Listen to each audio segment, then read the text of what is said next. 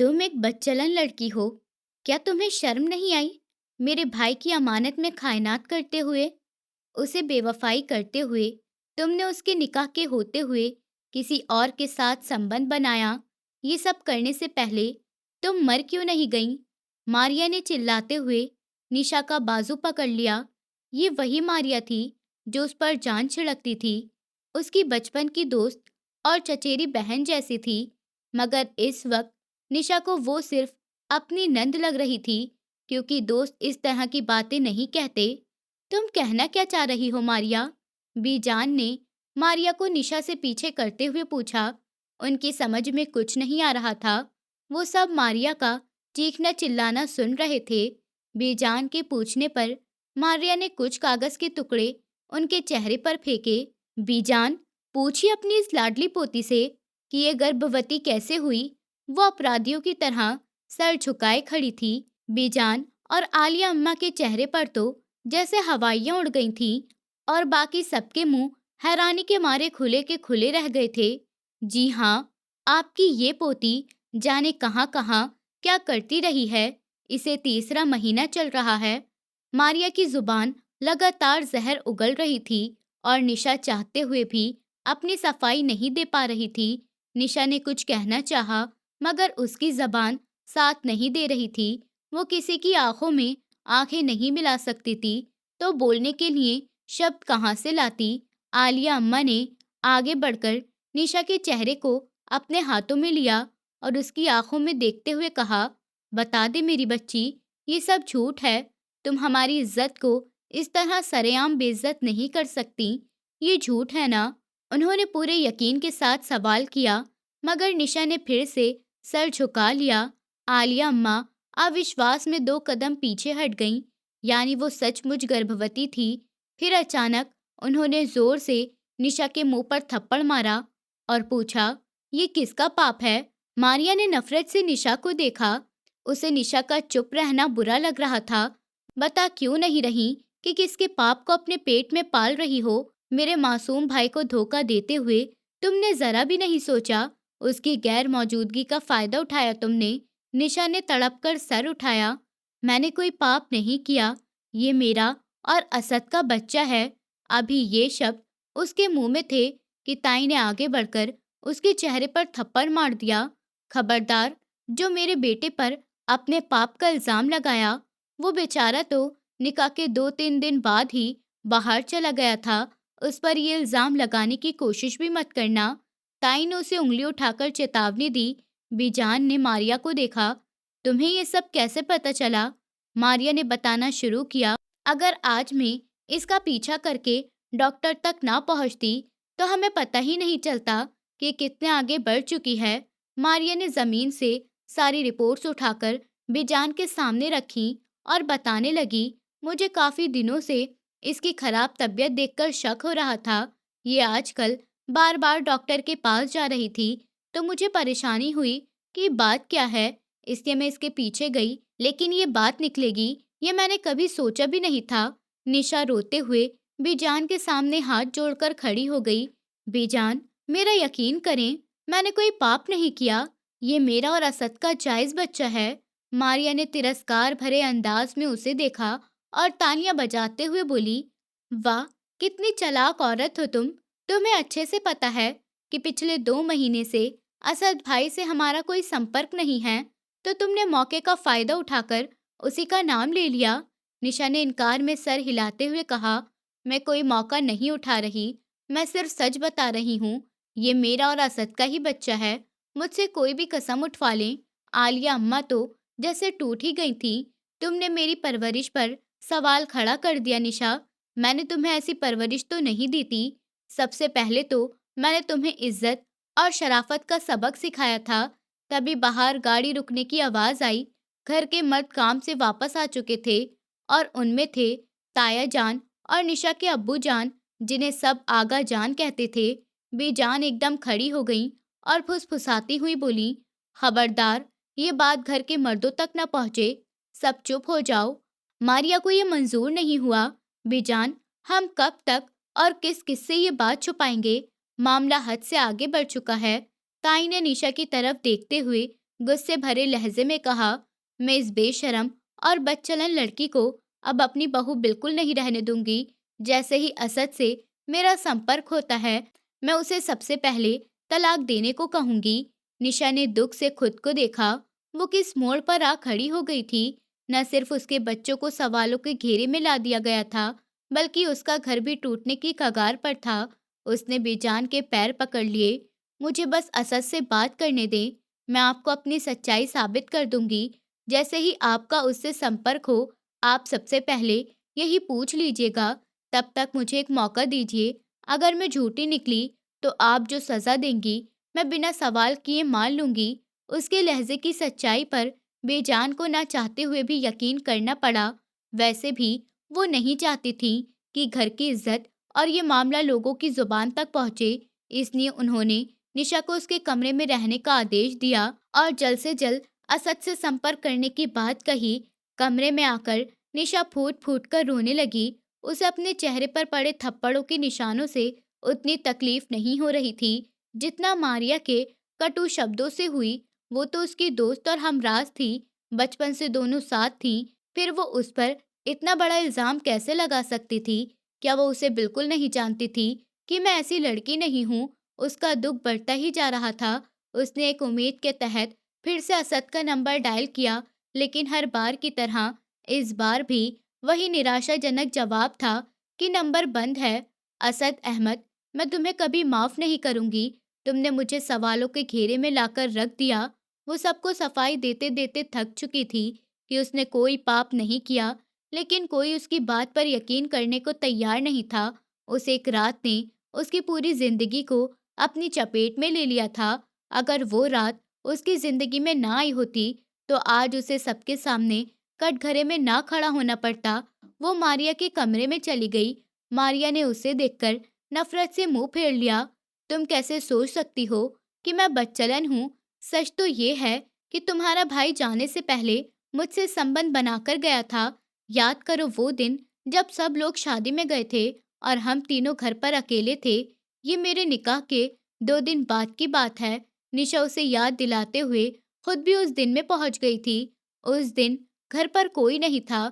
सब लोग गांव में किसी रिश्तेदार के यहाँ शादी में गए थे। घर पर सिर्फ निशा, असद और मारिया थे। मारिया और निशा का भी बहुत मन था जाने का, लेकिन बीजान का कहना था कि निशा का निकाह 2 दिन पहले ही हुआ है, इसलिए उसे अभी घर से बाहर नहीं निकलना चाहिए। इस वजह से मारिया को भी रुकना पड़ा। असद अपने दोस्त की शादी में गया था। घर पर सिर्फ निशा और मारिया थी। मारिया उससे मजाक में ट्रीट मांग रही थी। निशा, अब तुम मेरी भाभी बन गई हो, तो तुम्हें मुझे ट्रीट देनी होगी। निशा ने जवाब में मुंह बनाया। मैं कौन सी खुशी से तुम्हारी भाभी बनकर तुम्हारे सर पर सवार हुई हूँ। मेरा बस चले तो मैं अभी इसी वक्त इस रिश्ते से मुकर जाऊं। मारिया जानती थी कि निशा इस शादी से दिल से खुश नहीं थी। खानदान की वजह से मजबूरी में उसे ये निकाह करना पड़ा था। फिर भी निशा के मुंह से ऐसी बातें सुनकर उसे तकलीफ हुई। वो समझाते हुए बोली, देखो, अब तो मेरे भाई की बीवी बन चुकी हो। वो स्वभाव से सख्त जरूर है, लेकिन दिल का बहुत अच्छे हैं। बेहतर होगा कि तुम इस रिश्ते को स्वीकार कर लो। निशा ने जवाब नहीं दिया। वो जानती थी कि मारिया अपने भाई का ही पक्ष लेगी। कुछ देर की खामोशी के बाद मारिया अचानक उत्साह से बोली, घर पर कोई नहीं है। असद भाई भी रात में ही वापस आएंगे। निशा ने सवाल भरी नजरों से उसे देखा, जैसे पूछ रही हो तो क्या करें। मारिया उसे उठाकर किचन में ले आई। हम अपने खाना बनाने की कला दिखाएंगे और केक बनाएंगे। निशा ने हाथ उठा लिए। मैं इस मामले में तुम्हारा साथ नहीं दे सकती। तुम्हें पता है, पिछली बार भी हम दोनों से गड़बड़ हो गई थी और तुम्हारे भाई से कितनी डांट पड़ी थी। मारिया ने उसकी खुशामद की। मेरी प्यारी इकलौती भाभी, मेरी बात मान लो। वैसे भी भाई घर पर नहीं है और उनके आने से पहले हम केक बनाकर खा भी लेंगे। किसी को पता भी नहीं चलेगा। मारिया के बार बार कहने पर निशा को हार माननी पड़ी और दोनों किचन में आ गईं। काम से ज्यादा उनका ध्यान एक दूसरे से मजाक करने पर था, जैसा कि हमेशा होता था। इसलिए कोई भी दोनों को एक साथ किचन में नहीं आने देता था। इस बार भी यही हुआ। शोर और हंगामे में उनकी आवाज कब तेज हो गई, उन्हें पता ही नहीं चला। तभी असद की चिल्लाती हुई आवाज आई, चुप करो, ये क्या बदतमीजी मचा रखी है तुम दोनों ने। और इसके साथ ही उसके माथे पर एक अंडा फूटा जो बदकिस्मती से निशा के हाथ से गिर गया था। ये सब इतना अचानक हुआ कि किसी को संभलने का मौका नहीं मिला। असद ने गुस्से से दोनों को देखा तो निशा की जान ही निकल गई। अभी 2 दिन पहले ही तो वो इस शख्स के निकाह में आई थी और इस वक्त उसका गुस्सा उसकी जान ले रहा था। असद ने बेहद गुस्से भरी नजरों से दोनों को देखा और बोला, तुम दोनों जरा मेरे कमरे में आओ। कमरे में आकर उसका लेक्चर शुरू हो गया। मारिया तो उसकी बहन थी, इसलिए उसे कुछ फर्क नहीं पड़ रहा था, लेकिन निशा को बहुत बुरा लग रहा था। काफी देर डांटने के बाद उसने दोनों को जाने का इशारा किया। मारिया कमरे से बाहर चली गई और निशा भी जाने वाली थी कि असद ने अचानक आवाज देकर उसे रोक लिया। तुम यहाँ वापस आओ। निशा डरते डरते उसके सामने दोबारा खड़ी हो गई। वो बोला, अब ये जो तुमने कारनामा किया है, इसे साफ करो। उसका इशारा अपने माथे की तरफ था। निशा की सांसें तेज हो गईं। रुखसती से पहले इस कमरे में उसका आना मना था। तुमने सुना नहीं कि मैंने क्या कहा? मेरे चेहरे से ये सब साफ करो। वो फिर से गरजा। जल्दी में निशा ने अपने दुपट्टे से उसके चेहरे को साफ करना शुरू कर दिया। निशा की इतनी नजदीकी पाकर असद की धड़कनें तेज हो गई थीं। 2 दिन पहले निकाह के दिन तक उसके दिल में निशा के लिए जरा भी भावनाएं नहीं थीं, मगर अब उसकी इतनी नजदीकी उसके ईमान को आजमा रही थी। उसने अनजाने में खुद को पीछे करना चाहा तो बिस्तर पर पीछे की ओर गिर गया और निशा भी संतुलन खोकर उसके ऊपर गिर गई। उसके सीने से लगी निशा हक्की बक्की थी कि ये सब अचानक कैसे हो गया, जबकि असद के वजूद में तो जैसे बिजलियां दौड़ गई थीं। वो उसकी बीवी थी और उसका उस पर पूरा हक था। किसी नशे में उसने निशा का दुपट्टा दूर फेंका और उसे अपनी बाहों में लेकर अपनी पकड़ मजबूत कर ली। निशा मचलने लगी। ऐसा मत करो प्लीज, मुझे जाने दो, वो धीरे धीरे कहने लगी। मगर असद उसकी नजदीकी में जैसे पागल हो रहा था। तुम मेरी बीवी हो और मेरा तुम पर पूरा हक है। उसने जैसे ही अपना हक जताया, निशा डरकर रह गई। वो इतनी नादान भी नहीं थी कि उसे असद के इरादे समझ न आए। देखो, अभी हमारी रुखसती नहीं हुई, मुझे जाने दो, ये सब ठीक नहीं है। वो खुद को छुड़ाकर जाने लगी थी, मगर असद ने उसे फिर से हाथ पकड़कर रोक लिया। रुखसती नहीं हुई, मगर तुम मेरी बीवी हो और तुम खुद मेरे कमरे में आई हो, तो समझ लो रुखसती हो गई। निशा को समझ नहीं आ रहा था कि असद को हो क्या गया है। निकाह के दिन तक तो उसने उसे देखा तक नहीं था और आज अचानक उसके जज्बात कैसे जाग गए। ये रिश्ता तो दोनों के लिए अनचाहा और जबरदस्ती का था, फिर वो कैसे खुद को उसके हवाले कर देती। असद ने रुखसती के लिए वक्त मांगा था और निशा अच्छे से जानती थी कि वो इसलिए देरी करना चाहता था ताकि वो कोई रास्ता निकाल सके, और अब वो उसे अपनी बीवी का हक देने चला था। ये सब बातें निशा को परेशान करने के लिए काफी थी। उसने बहुत कोशिश की कि खुद को छुड़ाकर वहां से चली जाए, मगर असद के भारी भरकम शरीर के आगे वो बेबस थी।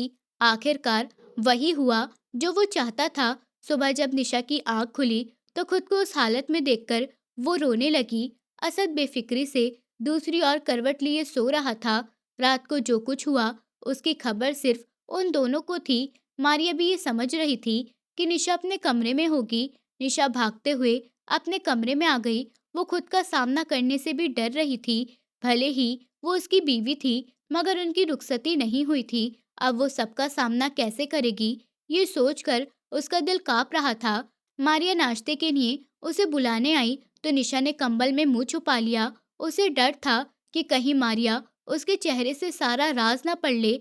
मेरी तबीयत ठीक नहीं है, मैं भी सो रही हूँ, थोड़ी देर बाद उठकर नाश्ता कर लूंगी, तुम जाओ, उसने तल्खी से मारिया से कहा।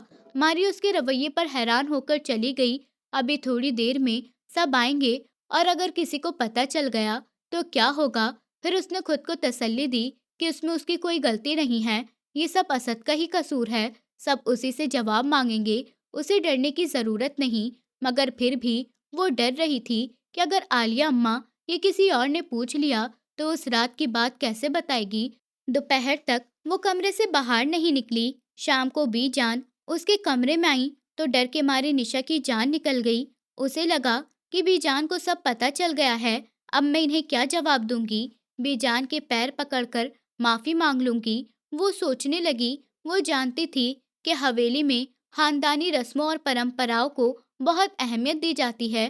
भले ही ये गलती या गुनाह नहीं था, लेकिन सबकी नजरों में ये गुनाह ही होता। वो जवाब सोच ही रही थी कि बीजान ने प्यार से उसके सर पर हाथ रखकर पूछा। मारिया बता रही थी कि तुम्हारी तबीयत ठीक नहीं है, तुम सुबह कमरे से बाहर नहीं निकली, क्या हुआ है? उन्होंने निशा का माथा छूकर देखा तो उसे बुखार था, दवाई खाई है। उनके लहजे में इतना प्यार था कि निशा को हजम नहीं हो रहा था। बीजान बहुत सख्त स्वभाव की थी, खासकर लड़कियों के मामले में। वो कम ही किसी से प्यार से बात करती थी। शुक्र है बीजान को कुछ पता नहीं चला। निशा ने मन ही मन शुक्र मनाया। तभी बाहर कुछ हलचल की आवाज सुनाई दी। बीजान ने उसे लेटने को कहा और बाहर चली गई। बाहर किसी तरह का शोर मचा हुआ है।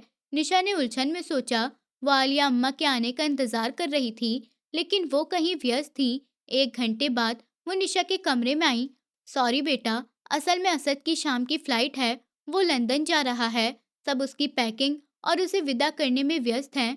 निशा चौंक कर उठ बैठी। असद के बाहर जाने की खबर सुनकर उसे बहुत धक्का लगा। अगर कोई और वक्त होता तो वो खुश होकर लड्डू बांटती, लेकिन इस वक्त उसे समझ नहीं आ रहा था कि खुश हो या परेशान। लगता है वो भी मेरी तरह किसी का सामना करने की हिम्मत नहीं रखता, इसलिए मुंह छुपाकर भाग गया। कायर, वो मन ही मन बात करने लगी। सच तो यही था कि उसे असद पर बहुत गुस्सा था। थोड़ी देर बाद वो भी सामान्य हो गई और खतरा टालने पर उसने राहत की सांस ली। वो अपनी सामान्य जिंदगी की ओर लौटने लगी। ये असद के जाने की 1 महीने बाद की बात है, जब उसे अपने अंदर कुछ असामान्य बदलाव महसूस हुए। बिना किसी को बताए वो लेडी डॉक्टर के पास चली गई। डॉक्टर ने जो बताया वो निशा के होश उड़ा देने के लिए काफी था। वो गर्भवती थी। जब डॉक्टर ने ये बताया तो वो काफी देर तक स्तब्ध बैठी रही। उसे समझ नहीं आ रहा था कि डॉक्टर आगे क्या निर्देश दे रही हैं। क्लिनिक से हवेली तक का रास्ता उसने न जाने कैसे तय किया। अपने कमरे में आकर वो लगातार सोचों में डूबी रही। ये सब ठीक नहीं हुआ। मुझे आलिया अम्मा से बात करनी होगी और कहना होगा कि मैं रुखसती करना चाहती हूँ। इससे पहले कि किसी को पता चले, रुखसती हो जानी चाहिए। तुम उस दिन को आधार बनाकर मुझे गुमराह नहीं कर सकती। मारिया की तेज आवाज ने निशा को अतीत से वर्तमान में ला पटका। मेरा भाई इतना कमजोर नहीं था, उसे तुम में जरा भी दिलचस्पी नहीं थी, वरना वो रुखसती 2 साल बाद की ना कहता। मारिया के पास अपनी दलीलें थी और वो किसी भी सूरत में निशा पर भरोसा करने को तैयार नहीं थी, बल्कि कोई भी तैयार नहीं था। तभी तो सबको बस असद से संपर्क होने का इंतजार था। दिन गुजरते जा रहे थे और निशा की मुश्किलें बढ़ती जा रही थीं।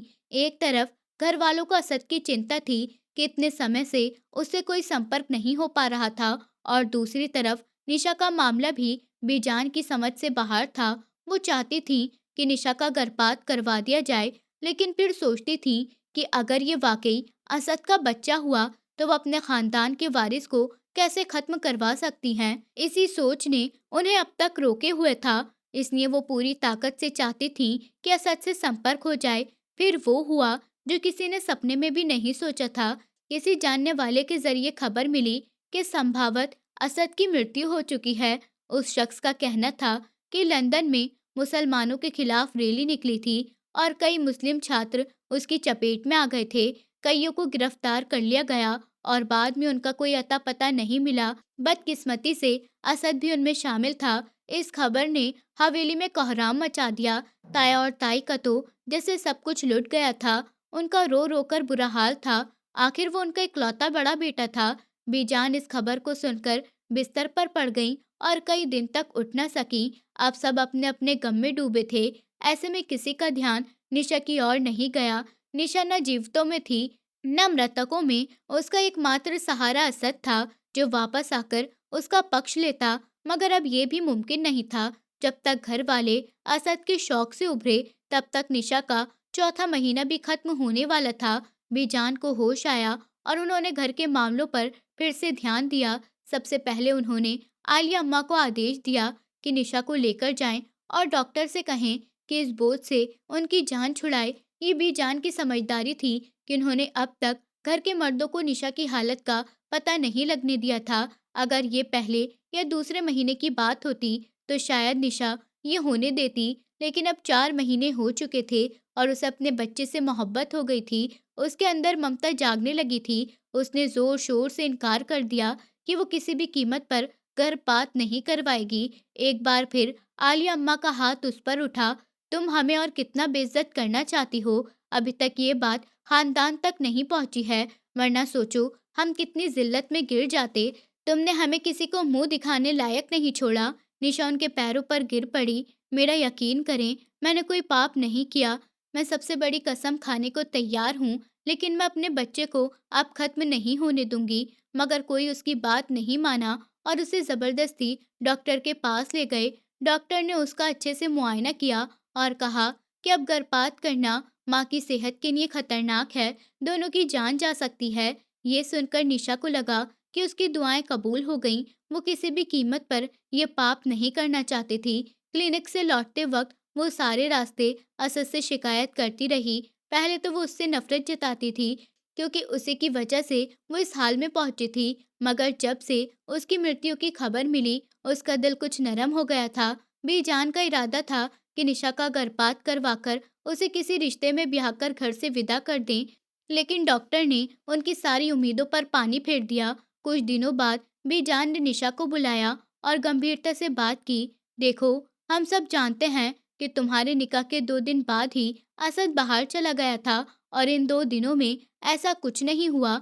इसका मतलब साफ है कि असद का बच्चा नहीं है।" वो एक पल रुकी और निशा के चेहरे के भाव देखे, जो इस वक्त तनाव में डूबी थी।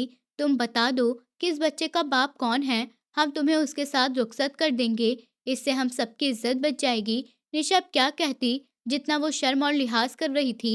उसे लगा कि अब सारी बात खोलकर बता देनी चाहिए। उसने बीजान को उस रात की सारी सच्चाई बता दी। सारी बात सुनकर बीजान ने भी मारिया की तरह ही जवाब दिया, "मुझे असद पर पूरा भरोसा है, वो इतना कमजोर इंसान नहीं है।" निशा के पास अब और कहने को कुछ नहीं था। वो चुपचाप वहां से उठकर अपने कमरे में चली गई। तनाव भरे माहौल में हवेली में खुशी की खबर आई कि मारिया का मंगेतर और उनके चाचा का बेटा शहरोज वापस आ गया था। निशा अपने कमरे में थी जब नौकरानी आई और बोली कि शहरोज हवेली में आया है और उससे मिलना चाहता है। निशा ने हैरानी से नौकरानी को देखा और बोली, "तो जाकर मारिया को बता दो।" "मुझे क्यों बता रही हो?" नौकरानी ने बताया कि शहरोज ने खास तौर पर निशा का नाम लिया है। शहरोज को मुझसे क्यों मिलना है? उलझन में पड़ते हुए उसने चप्पल पहनी, दुपट्टा ठीक किया और बाहर लॉन में चली गई, जहां शहरोज एक कुर्सी पर बैठा उसका इंतजार कर रहा था। उसे देखकर शहरोज खड़ा हो गया। "मैं तुमसे असद भाई के बारे में अफसोस करने आया था। माफ करना, मैं तुम्हारा गम ताज़ा कर रहा हूँ, लेकिन मुझे सचमुच तुम्हारे लिए बहुत दुख है।" निशा उदासी से मुस्कुराई। कोई तो था जिसे उसके दुख की फिक्र थी। "कोई बात नहीं, मेरे नसीब में यही था। तुम आए और मेरे दुख में शामिल हुए, मुझे बहुत अच्छा लगा। बैठो, मैं तुम्हारे लिए कुछ खाने पीने को भिजवाती हूँ।" ये कहकर वो जाने लगी, तभी पीछे खड़ी मारिया से उसका टकराव हो गया।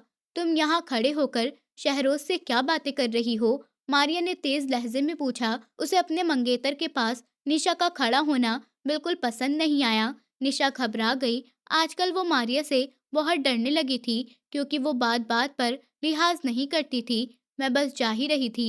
ये कहकर निशा वहां से निकल गई। पीछे से शहरोज ने कहा, "क्या किया तुमने?" उसे किसी से कोई मतलब नहीं था। निशा के ख्याल में अब शहरोज से अगली मुलाकात उसकी शादी में ही होती, लेकिन ये ख्याल भी ख्याल ही रह गया। जब ताया जान ने शहरोज की शादी की बात की, तो चाचा जान ने कोई सकारात्मक जवाब नहीं दिया। ये बात हवेली के लोगों के लिए अच्छी नहीं थी। "ये सब उसकी बदकिस्मती है, उसी की वजह से मेरा रिश्ता भी खराब हो जाएगा, देख लेना।" मारिया ने निशा की ओर उंगली उठाकर सबके सामने कहा। निशा अपनी जगह शर्मिंदा हो गई। उसे घर के मामलों की कम ही खबर थी। शहरोज ने कुछ वक्त मांगा ताकि वो सोच समझकर फैसला कर सके। ताई जान चिंतित होकर कह रही थीं कि वासिफ को साफ साफ समझा दें कि उसकी और मारिया की सगाई पक्की हो चुकी है और अब इन दोनों की शादी होकर रहेगी। ताई ने अपनी बेटी का साथ दिया। निशा अपनी परेशानियों में उलझी थी और सबसे दूर रहती थी। जब उसे खबर मिली कि शहरोज ने मारिया से शादी करने से इनकार कर दिया और उसकी वजह निशा है, तो वो बौखला गई। मारिया गुस्से में एक शेरनी की तरह उसके कमरे में आई और उसका गिरेबान पकड़ लिया। आखिर तुम कब तक हम सबकी खुशियां छीनती रहोगी? पहले मेरा भाई और अब शहरोज। निशा को उसकी बात से तकलीफ हुई। वो समझ नहीं पा रही थी कि मारिया उसे शहरोज से क्यों जोड़ रही है। तुम कहना क्या चाह रही हो? मारिया की आंखों में इस वक्त आग बरस रही थी। शहरोज ने मुझसे शादी करने से मना कर दिया और वजह तुम हो। उसने कहा कि वो मुझसे नहीं, तुमसे शादी करना चाहता है। निशा ये सुनकर स्तब्ध रह गई। वो तो उस दिन के बाद शहरोज से मिली भी नहीं थी। एक बार फिर पूरे घर की तिरस्कार भरी नजरें उस पर थी। सब यही कह रहे थे कि उसने शहरोज को फंसाया है, जिनके बीच उसने सारी जिंदगी गुजारी, वही अब उसे इतनी मुश्किल वक्त दे रहे थे। वो कभी सोच भी नहीं सकती थी ये लड़की अगर इस घर में रही तो ये शादी कभी नहीं होने देगी और किसी न किसी को इस बारे में खबर मिल ही जाएगी। बेहतर है कि मैं इसे रशीदा के पास हैदराबाद भेज दूं। बेजान ने निशा के बारे में फैसला सुनाया और उसे दूसरे शहर अपने रिश्तेदार रशीदा खाला के पास भेज दिया। शहरोज समेत सबको यही बताया गया कि निशा पढ़ने के लिए हैदराबाद गई है। वो सारा दिन बिस्तर पर पड़ी दीवारों को ताकती रहती। उसकी डिलीवरी के दिन करीब आ चुके थे। इन 9 महीनों में उसने जो तकलीफें झेली वो वही जानती थी। आलिया और बीजान ने उसे दूसरे शहर इसलिए भेजा था ताकि वहां उसकी डिलीवरी हो और किसी को खबर न हो। जिस दिन उसे अस्पताल जाना था उस दिन उसने इत्तेफाकन बीजान और रशीदा खाला की बातें सुन ली। बीजान कह रही थी जैसे ही बच्चा पैदा हो उसे तुरंत किसी अनाथालय या गोद लेने वाले केंद्र में भेज दो। ये काम इतनी खामोशी से होना चाहिए कि निशा को भी पता न चले कि उसका बच्चा कहाँ है, बल्कि उसे बता दो कि बच्चा पैदा होते ही मर गया। ये सुनकर निशा का दिल कांप गया। उसके खिलाफ इतनी बड़ी साजिश रची जा रही थी। उसकी डिलीवरी एक निजी अस्पताल में होनी थी, लेकिन अब वो वहां किसी कीमत पर नहीं जा सकती थी। उसने चुपके से अपना सामान समेटा और खामोशी से घर छोड़ दिया। वो सरकारी अस्पताल चली गई। दर्द असहनीय था। उसका केस कोई लेने को तैयार नहीं था क्योंकि वो अकेली थी और मामला जटिल था। हार कर वो अस्पताल के गेट के पास निढाल होकर बैठ गई। तभी असद अस्पताल में दाखिल होते वक्त निशा को इस हाल में देखकर चौंक गया। उसके सर पर तो जैसे सातों आसमान टूट पड़े थे। निशा बेहोश होने की कगार पर थी। उसे सामने देखकर निशा की आंखें हैरत से फटने को हो गईं। उसने असद के सामने हाथ जोड़ दिए। मेरे बच्चे को बचा लो, इतना कहकर वो बेहोश हो गई। असद तो सब भूल गया कि वो अस्पताल किस काम से आया था। उसने जल्दी से निशा को गाड़ी में डाला और शहर के एक बड़े निजी अस्पताल में ले गया। निशा ने एक खूबसूरत बेटे को जन्म दिया जो हूबहू असद की नकल था। असद को निशा के गर्भवती होने की खबर नहीं थी। होती भी कैसे, उसने तो सबसे सारे रिश्ते तोड़ दिए थे। उस रात निशा से संबंध बनाने के बाद सुबह जब वो उठा तो निशा जा चुकी थी। असद को बहुत पछतावा हुआ। उसे यकीन नहीं हो रहा था कि वो अपना नियंत्रण कैसे खो सकता है। निशा जिस तरह रो रही थी, तड़प रही थी, उसे पूरा यकीन था कि वो सबको बता देगी। बचपन से अब तक उसने जो इज्जत बनाई थी वो खराब हो जाती। सब मेरे बारे में क्या सोचेंगे, ये सोचकर उसका दिमाग पागल हो रहा था। उसने जल्दी में टिकट बुक करवाया और मुल्क छोड़कर चला गया। बाहर जाकर भी उसे निशा की याद सताती रही। उसे लगता था कि अब तक सबको सब पता चल गया होगा। वो सबके सवालों का जवाब कैसे देगा? एक अच्छे इंसान का जो तगमा उस पर लगा था वो उतर जाता। कुछ दिन तक वो संपर्क में रहा, लेकिन जब बीजान ने कहा कि वो उससे जरूरी बात करना चाहती हैं तो वो घबरा गया। उसे लगा कि निशा ने सबको बता दिया है। वो सवाल जवाब नहीं चाहता था, इसलिए उसने अपना नंबर बंद कर दिया। ये डर उसे मानसिक रूप से परेशान करता रहा। उसे यकीन था कि निशा ने सबको बता दिया है और अब कोई उसे माफ नहीं करेगा। वो सबकी नफरत भरी नजरें नहीं देखना चाहता था, इसलिए उसने फैसला किया कि वो सबसे दूर हो जाएगा, कम से कम इतने समय के लिए कि वो खुद को संभाल सके और सबका सामना करने को तैयार हो। भले ही उसने जो किया वो गुनाह नहीं था, लेकिन अपने खानदान की सोच को वो अच्छे से जानता था। उनकी नजरों में ये गुनाह ही था। वो सिर्फ अपने बारे में सोच रहा था। निशा के बारे में उसे यही लगता था कि उसे सबकी हमदर्दी मिल रही होगी क्योंकि उसके साथ जबरदस्ती हुई थी। कुछ समय यूं ही गुजर गया। फिर कुछ जानने वालों से उसे पता चला फिर कुछ जानने वालों से उसे पता चला कि उसका संपर्क न होने से सब परेशान हैं। उसने कहलवा दिया कि उसका कोई पता नहीं। वो जिंदा है या नहीं। वो नहीं चाहता था कि लोग उसके लौटने की उम्मीद रखें। जब वो समझता कि वो सवालों का सामना करने को तैयार है, तब वो लौट जाता। 9 महीनों में उसने मानसिक पीड़ा के सिवा कुछ नहीं झेला। दोस्तों के सुझाव पर वो तभी हैदराबाद लौट आया ताकि माहौल बदलने से उसका मन शांत हो। वो निशा से मिलने के लिए ही लौटा था। एयरपोर्ट से उतरते ही किसी ने बताया कि उसके एक रिश्तेदार को कुछ पैसे देने हैं, जो सरकारी अस्पताल में भर्ती था। उसी काम से वो अस्पताल आया था। वहां निशा को देखकर वो सब भूल गया। सब नर्स ने बच्चों को उसकी गोद में दिया तो वो समझ नहीं पाया कि खुशी जताए या पछतावा। इस अचानक मिले तोहफे के बारे में उसने कभी सोचा भी नहीं था। निशा को जब होश आया तो सबको अपने सामने देखकर वो स्तब्ध रह गई। उसे अपने 9 महीनों की सारी तकलीफ याद आ गई। वो नफरत से मुंह फेर कर रह गई। यही शख्स तो उसकी हालत का जिम्मेदार था। चलो घर चलें। असद ने 2 दिन बाद छुट्टी मिलने पर उसका हाथ पकड़ते हुए कहा। निशा उस घर में वापस नहीं जाना चाहती थी, लेकिन उसे अपनी सच्चाई साबित करनी थी। एक बार तो जाना जरूरी था। असद का हाथ झटककर वो खुद खड़े होने की कोशिश करने लगी, लेकिन गिरने लगी। असद ने तुरंत बाहों में थाम लिया और गाड़ी तक ले आया। हवेली में गाड़ी से उतरते निशा को देखकर बीजान का गुस्सा भड़क उठा। उन्हें पता चल गया था कि वो वहां से भाग गई थी और 3-4 दिन से उसकी कोई खबर नहीं थी। इससे पहले कि वो उसे डांटने के लिए आगे बढ़ती, दूसरी तरफ से निकलते हुए असद को देखकर उनकी आंखें पथरा गईं। असद, असद मेरे बच्चे, तुम वापस आ गए। भागते हुए उन्होंने असद को गले लगा लिया। अरे आलिया, मारिया कहाँ हो? आकर देखो तो कौन आया है। वो जोर जोर से चिल्लाने लगी। सब भी भागते हुए बाहर आए और असद को देखकर उनका रिएक्शन भी वैसा ही था। किसी को अपनी आंखों पर यकीन नहीं हो रहा था कि जिसके लौटने की उम्मीद छोड़ दी थी, वो जिंदा सलामत उनके सामने खड़ा था। निशा को तो सब भूल ही गए थे। असद की आंखें नम हो रही थी। उसने बेवजह अपने प्रियजनों को इतने समय तक तकलीफ में रखा और खुद भी परेशान रहा। बेजान, मेरे बेटे और बीवी से भी तो मिलिए। उसने गाड़ी से अपने बेटे को निकाला और निशा का हाथ पकड़कर उसे सहारा दिया।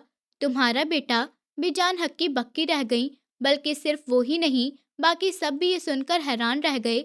इसका मतलब निशा सच बोल रही थी। मारिया ने पछतावे से सोचा, क्या तुम सच कह रहे हो? ये मेरा ही बेटा है? बीजान ने कांपती आवाज में पूछा। असद ने हाँ में सर हिलाया। मैं कुर्बान जाऊं, मेरे घर में 2-2 वारिस आए हैं। अरे, कोई कुर्बानी के बकरे मंगवाओ। अपने बच्चों के घर आने की खुशी में मैं दावत करूंगी। बेजान निशा को प्यार करने के लिए आगे बढ़ी तो उसने हाथ उठाकर उन्हें रोक दिया। अब तो आप सबको यकीन हो गया होगा कि मैंने कोई पाप नहीं किया। ये मेरा जायज बच्चा है। असद के मुंह से गवाही भी सुन ली। बेजान ने एक नज़र बच्चे पर डाली। असद ने गवाही ना भी दी होती तो इस बच्चे का चेहरा चीख चीख कर बता रहा है कि उसका बेटा है। कोई भी इसे पहली नज़र में देखकर पहचान लेता। इसके नैन नक्श असद की नकल हैं। वो भी बचपन में ऐसा ही था। मेरी बच्ची, हमें माफ कर देना, हम गलत थे। आलिया अम्मा उसे गले लगाने लगी, मगर निशा ने उन्हें पीछे कर दिया। मैं बस यही चाहती थी कि आप लोगों को मेरी सच्चाई पर यकीन आ जाए। अब सच और झूठ का पता चल गया है तो मेरा यहाँ कोई काम नहीं। मेरा बच्चा मुझे लौटा दो, मैं यहाँ से जा रही हूँ। उसने असद के सामने हाथ फैलाते हुए कहा। उसकी बात सुनकर सब सुन रह गए। ताई जान अपने पोते को कैसे जाने देती? वो दीवार बनकर उसके सामने खड़ी हो गई। नहीं, मैं अपनी बहू और पोते को कहीं नहीं जाने दूंगी। उनके लहजे में प्यार उमड़ रहा था और निशा को इससे नफरत महसूस हो रही थी। जब वक्त था तब किसी ने उस पर भरोसा नहीं किया और अब सब प्यार लुटा रहे थे। निशा, मेरी बच्ची, तुझे तेरे बच्चे की कसम, अंदर आ, बैठकर बात करते हैं। मैं तुझे कहीं नहीं जाने दूंगी।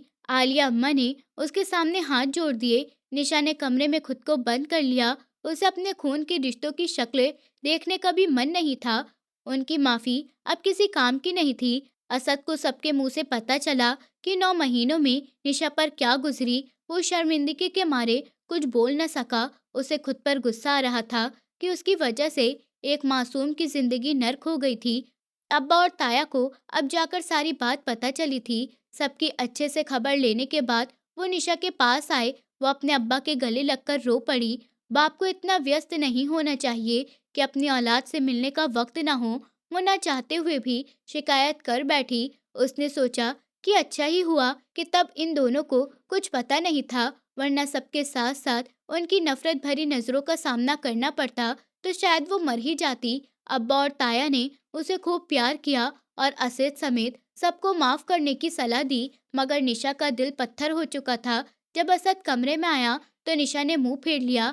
अपने बेटे की वजह से वो उसके साथ रहने को मजबूर थी, क्योंकि वो नहीं चाहती थी कि उसके बेटे को बाप का प्यार ना मिले। असद ने उसका हाथ पकड़कर अपने होठों से लगाए। मेरे पास बस यही कहने को है कि मुझे माफ कर दो। निशा ने खामोशी से हाथ पीछे खींच लिए।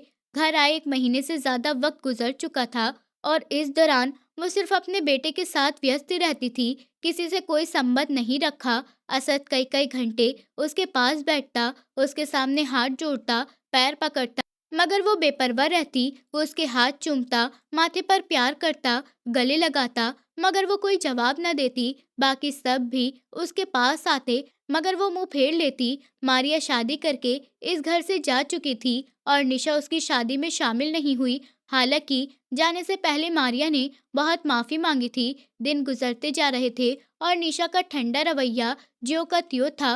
उस दिन सब घर वाले मारिया के पास जा रहे थे। उसे भी चलने को कहा गया, मगर उसने मना कर दिया। वो घर में अकेली थी। 2-3 घंटे बाद उसे कॉल आई कि गाड़ी का एक ट्रक के साथ खतरनाक एक्सीडेंट हो गया है और सब घर वाले अस्पताल में हैं।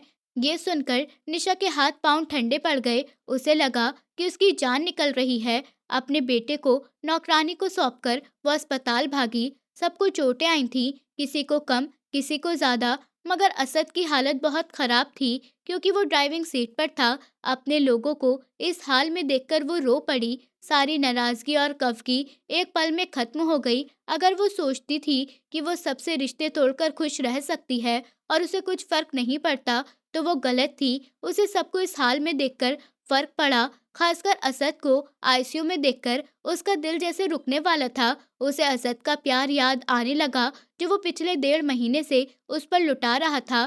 पहली बार उसने ऊपर वाले से असद की जिंदगी और सेहत के लिए दुआ की। उसे लग रहा था कि अगर ये शख्स उसकी जिंदगी से चला गया तो वो फिर से जीते जी मर जाएगी। आखिरकार उसकी दुआ रंग लाई और असद को होश आ गया। होश में आते ही उसने सबसे पहले निशा को ही पूछा। वो चुपके से उसके पास चली गई। आपकी तबीयत कैसी है? उसके मुंह से शब्द सुनकर असद हैरान रह गया। बीजान ने बताया, जब से तुम अस्पताल में भर्ती हुए हो, ये दिन रात तुम्हारे पास रही है, तुम्हारे लिए दुआ करती रही है। ये अविश्वसनीय था। उसने निशा की ओर देखा तो वो धीरे से मुस्कुराई। आपके लिए खाना और दवा लाती हूँ। उसने अपने हाथों से असद को खाना खिलाया, फिर दवा दी। असद उसका ये बदला रूप देखकर हैरान था। अगर मुझे पता होता कि मेरे एक्सीडेंट की खबर सुनकर तुम्हारा पत्थर सा दिल इतना नरम हो जाएगा, तो मैं अब तक कई बार अपनी गाड़ी किसी ट्रक से टकरा चुका होता। असद का ऐसा कहने पर निशा ने डर कर उसे देखा। आप ऐसा मत कहें, मेरे बेटे को आपकी बहुत जरूरत है। उसने शर्म से सर झुका लिया और धीरे से बोली, और मुझे भी। मुझे यकीन नहीं हो रहा कि ये वही लड़की है जो पहले मुझसे शादी के लिए मना करती थी, फिर इतने समय तक मुझसे रूखापन बरतती रही और अब अचानक इतना प्यार। असद ने मजाक में कहा, बस अब बातें ना करें और चुपचाप लेट जाएं। वो घबराकर बाहर चली गई। उसने खुद भी नहीं सोचा था कि वो असद से इतना जुड़ जाएगी कि उसकी दूरी का ख्याल ही जानलेवा हो जाएगा। असद डिस्चार्ज होकर घर आ गया। सब उसके इर्द गिर्द जमा थे, मगर निशा कहीं नजर नहीं आ रही थी। वो कमरे में गया तो निशा शायद तैयार हो रही थी। उसे देखकर वो शर्मा गई। मैं बाहर आने ही वाली थी। असद ने पीछे से आकर उसे गले लगा लिया। उसके कंधे पर सर रखकर बोला, अब बाहर जाने की जरूरत नहीं, बस मेरी नजरों के सामने रहो। उसकी मोहब्बत भरी नजरें निशा को शर्माने पर मजबूर कर रही थीं। उसने मुड़कर उसके सीने पर सर रख लिया। वो आगे बढ़ने का फैसला कर चुकी थी। अगर उसने बुरा वक्त देखा था तो असद भी कम तकलीफ में नहीं रहा था। उसने अपने बेटे की ओर देखा। उसकी जिंदगी अब पूरी हो चुकी थी। असद ने उसे और जोर से गले लगाया। वो खुश था कि आखिरकार सब ठीक हो गया और निशा का दिल नरम पड़ गया। मैं सोच रहा हूँ कि हमें एक बड़ा सा वलीमा करना चाहिए। उसने निशा के बालों में मुंह छुपाते हुए धीरे से कहा। निशा खिलखिलाकर हंस पड़ी। हाँ, अपने बच्चे के साथ हमारा वलीमा और उसका केका। दोनों हंस पड़े और बाहर मौजूद सब लोग उनकी हंसी सुनकर खुश हो गए। हवेली की रौनक लौट आई। इस कहानी का नैतिक संदेश ये है कि जल्दबाजी में निष्कर्ष निकालना और किसी पर बिना सबूत दोष लगाना समाज में अन्याय और दुख को जन्म देता है। निशा की कहानी सिखाती है कि सच्चाई को समझने के लिए धैर्य और विश्वास जरूरी है। परिवार और समाज को चाहिए कि वो बिना पूरी बात जाने किसी को दोषी न ठहराएं। संवाद, सहानुभूति और माफी से रिश्ते मजबूत होते हैं। ये कहानी ये भी दर्शाती है कि प्यार और समझदारी से मुश्किल हालात भी टूटे रिश्ते जोड़ सकते हैं और सच्चाई अंत में सामने आती है। दोस्तों, उम्मीद करती हूँ आपको हमारी कहानी पसंद आई होगी। कहानी पसंद आई है तो वीडियो को लाइक करें, चैनल पर नए हैं तो चैनल को सब्सक्राइब करें और हाँ, नोटिफिकेशन बेल को ज़रूर दबाएं ताकि अगली अपडेट सबसे पहले आपको मिले।